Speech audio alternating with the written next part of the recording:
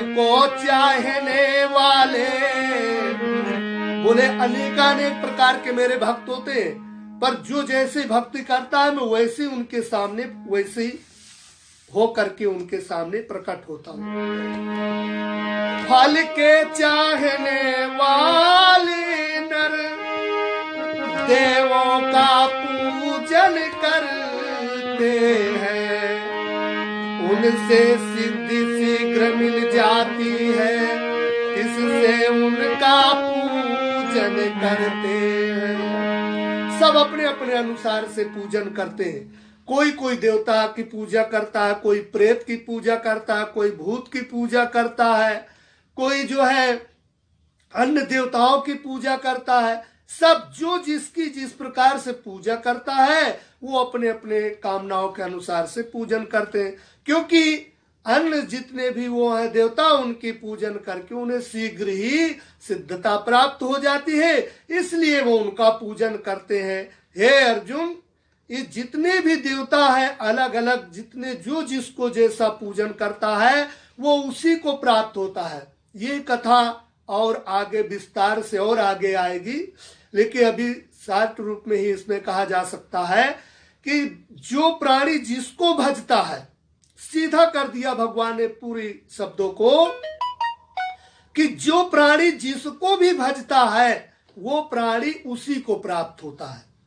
अगर वो प्राणी भगवान का स्मरण करता है तो एक दिन परमात्मा को ही वो प्राप्त हो जाता है, उन्हीं में जाकर के विलीन हो जाता है। और यदि अगर देवों का पूजन करता है तो अन्य देवताओं को जिसका जिसका पूजन करेगा वो उसी को प्राप्त होता है। और यदि भूत प्रेत का पूजा करेगा तो अंत समय में जब शरीर छूटेगा तो भूत प्रेत को प्राप्त हो जाएगा।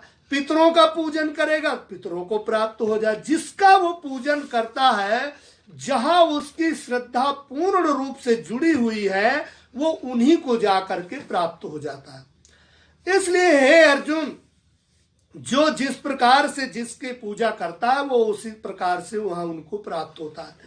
तो भगवान श्री कृष्ण अर्जुन कहते हैं कि हे अर्जुन, ब्राह्मण क्षत्रिय वैश्य शूद्र इन चार वर्णों को रचता हूँ, गुण कर्मों के अनुसार ही अलग अलग रचता हूँ।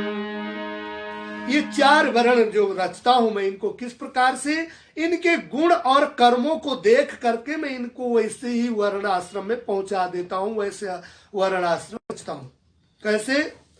जो सतोगुणी है, जिसमें सतोगुण की प्रधानता है, उसे ब्राह्मण शरीर प्रदान करता हूं। जिसमें रजोगुण की प्रधानता है, सतोगुण है लेकिन तमोगुण भी है, तो उसको क्षत्रिय के उसमें प्रदान करता हूं। और जिसमें थोड़ा है और सतोगुण थोड़ा है, तमोगुण अधिक है, उसको वैश्य के रूप में। लेकिन जिसमें तमोगुण की प्रधानता होती है और ये रजोगुण होता है और सतोगुण जो है बहुत कम रहता है, तो उसको मैंने शूद्र शरीर में डालता हूं। इस प्रकार से भगवान ये कहते कि जैसे जिसके कर्म होते हैं, सात्विकी होंगे, राजसी होंगे, तामसी होंगे, जिस स्थिति का होंगे उसी शरीर में मैं उसी वर्णाश्रम में उनको भेजता हूं। यह तो एक सीधी सी बात है, लेकिन वेदांत में कहा गया है कि वही प्राणी इन चारों वर्णों से गुजरता है। एक ही प्राणी इन चारों वर्णों से गुजरता है। कैसे? जब प्राणी अज्ञान से घिरा हुआ होता है, अज्ञान से घिरा हुआ होता है और ज्ञान का नाम मात्र भी नहीं रहता है, उसके अंदर तमोगुण की प्रधानता होती। तमोगुण का मतलब व्यर्थ चेष्टा। तो उस स्थिति में रजोगुण भी होता है और तमोगुण की प्रधानता होती है। तो उस समय पर वो किसी भी वर्ण का व्यक्ति हो, उसको यानी शूद्र वर्ण का घोषित किया जाता है। इसके बाद में हर प्राणी का स्तर होता, सीढ़ी होती है ऊपर चलने की। इसके बाद में जिसमें तमोगुण कम होने लगा और थोड़ा थोड़ा सतोगुण आने लगा और कर्म करने का आरंभ कर दिया। कर्म कैसे आरंभ कर दिया? यानी जितने भी जब तब आदि जितने भी शुभ कर्म करना आरंभ कर दिया। इनको गोपालन, गोपालन करना किसका कार्य है? वैश्य का कार्य। गोपालन मतलब इंद्रियों को जो संभालने में, जो संभालने लगता है, इनकी पालन पोषण करता है, उसको गोपालन कहते हैं। तो जो इनको संभालने में समर्थ होने लगता है उसको वैश्य की स्थिति कही गई है। और इसके बाद में जब वह प्राणी तमोगुण कम होने लगता है, रजोगुण रहता है, लेकिन रजोगुण की प्रधानता होती है और सतोगुण थोड़ा होता है, तो उस समय उसको क्षत्रिय यानी क्षत्रिय जो है वर्ण में स्थिति मिलती है। यानी क्षत्रिय स्थिति का क्या होता है कि जब वो काम, क्रोध, मोह, लोभ इनसे लड़ने का उसमें सामर्थ्य आ जाता है, इनको ज्ञान प्राप्त होता है, तो वो इनको उस प्रकार से जानते हैं, इनको यानी अपना शत्रु जानते हैं और वहां इनसे युद्ध करना आरंभ कर देते हैं, यानी इनको भगाने का प्रयत्न करते हैं। तो वो क्षत्रिय की स्थिति हो गई। इन गुणों की रक्षा करते हैं, यानी जितने शुभ गुण हैं उन शुभ गुणों की रक्षा करते हैं और अशुभ गुणों को मार करके भगाते हैं, यानी जितने भी दुर्गुण हैं उनको नष्ट करने का प्रयत्न करते हैं। ये क्षत्रिय वर्ण की स्थिति है। और इसके बाद में वही प्राणी जब शुभ गुणों की सुरक्षा यानी उनका आदर करता है, शुभ गुणों को, जब तब संयम, नियम आदि जितने भी शुभ गुण हैं उनको धारण करके चलने लगता है।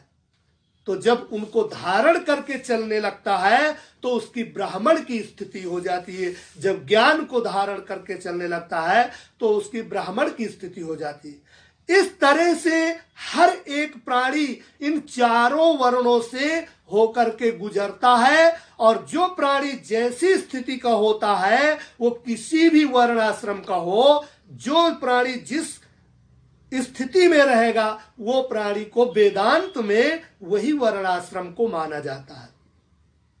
तो भगवान श्री कृष्ण कहते हैं कि मैं इन चार प्रकार के जो वर्ण आश्रम है, इन चार वर्ण आश्रमों में कर्मों के अनुसार से उनको मैं डालता हूं। लेकिन हे अर्जुन, सृष्टि के सारे नियमों को, सृष्टि के सारे कर्मों को और नियमों को मैं ही बनाता हूँ।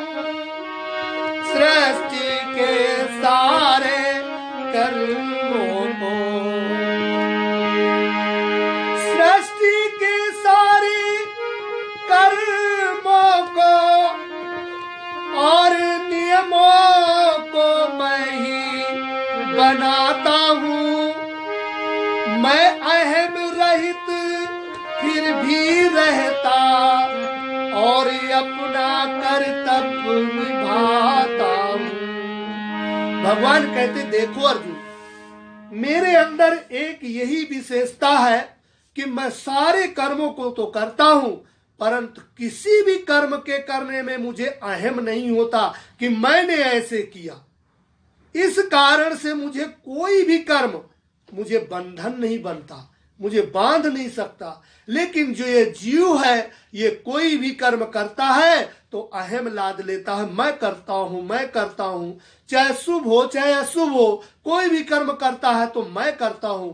और जब ये मैं करता हूं ऐसा कहता है तो इसको जैसे अजगर किसी पशु के लपेट लेता है और किस देता है, छूट नहीं पाता है, यानी उसको छुड़ा नहीं पाता है उसके जकड़न को। इसी प्रकार से जब कर्मों में प्राणी के कर्तापन का अहम हो जाता है तो कर्म जाल उसे इस प्रकार से जकड़ लेते हैं। फिर ज्ञान, ध्यान जितना भी इसको प्राप्त करना तो बहुत दूर की बात है, ये सुपना हो जाते हैं, इनकी तरफ जाने की इच्छा नहीं होती है। तो इस प्रकार से भगवान कहते हैं अर्जुन से कि हे अर्जुन, मुझे कभी भी अहम नहीं आता। इससे पहले कुछ महापुरुष